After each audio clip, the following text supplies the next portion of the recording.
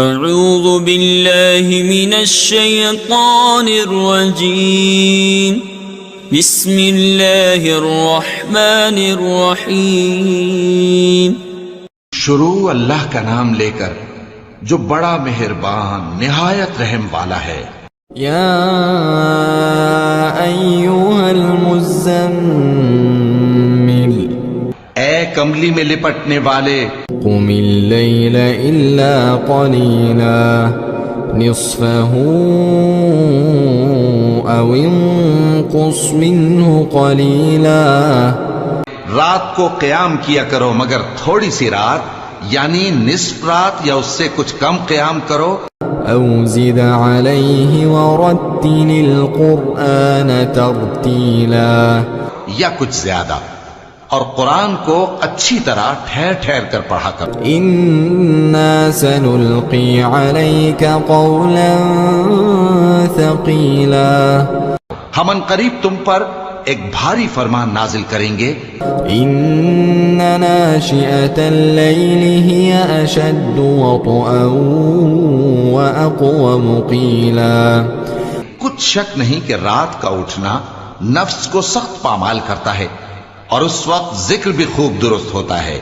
ان لک فی النہار سبحا طویلا، دن کے وقت تو تمہیں اور بہت سے شغل ہوتے ہیں، واذکر اسم ربک وتبتل الیہ تبتیلا، تو اپنے پروردگار کے نام کا ذکر کرو اور ہر طرف سے بے تعلق ہو کر اسی کی طرف متوجہ ہو جاؤ۔ رب المشرق والمغرب لا الہ الا ہو، لا الہ الا ہوا فاتخذہ وکیلا، وہی مشرق اور مغرب کا مالک ہے، اس کے سوا کوئی معبود نہیں، تو اسی کو اپنا کارساز بناؤ۔ واصبر على ما يقولون واهجرهم هجرا جميلا، اور جو دل آزار باتیں یہ لوگ کہتے ہیں ان کو سہتے رہو، اور خوبصورتی سے ان سے کنارہ کش رہو۔ وذرني والمكذبين أولي النعمة ومهلهم قليلا، اور مجھے ان جھٹلانے والوں سے جو دولت مند ہیں سمجھ لینے دو، اور ان کو تھوڑی سی مہلت دے دو۔ ان لدینا انکالا وجحیما، کچھ شک نہیں کہ ہمارے پاس بیڑیاں ہیں اور بڑی زبردست آگ ہے، وطعاما ذا غصة وعذابا أليما، اور گلے میں اٹکنے والا کھانا ہے اور درد دینے والا عذاب ہے۔ يوم ترجف الأرض والجبال وكانت الجبال كثيبا مهيلا، جس دن زمین اور پہاڑ کانپنے لگیں اور پہاڑ ایسے بھر بھرے ہو جائیں گے جیسے ریت کے ٹیلے۔ إنا أرسلنا إليكم رسولا شاهدا عليكم كما أرسلنا إلى فرعون رسولا، اے اہل مکہ، جس طرح ہم نے فرعون کے پاس موسیٰ کو پیغمبر بنا کر بھیجا تھا، اسی طرح تمہارے پاس بھی محمد صلی اللہ علیہ وآلہ وسلم ایک رسول بھیجی ہیں جو تمہارے مقابلے میں گواہ ہوں گے۔ فعصى فرعون الرسول فأخذناه أخذا وبيلا، سو فرعون نے ہمارے پیغمبر کا کہا نہ مانا تو ہم نے اس کو بڑے دردناک انداز سے پکڑ لیا۔ فكيف تتقون إن كفرتم يوما يجعل الولدان شيبا، اگر تم بھی ان پیغمبر کو نہ مانو گے تو اس دن سے کس طرح بچو گے جو بچوں کو بوڑھا کر دے گا۔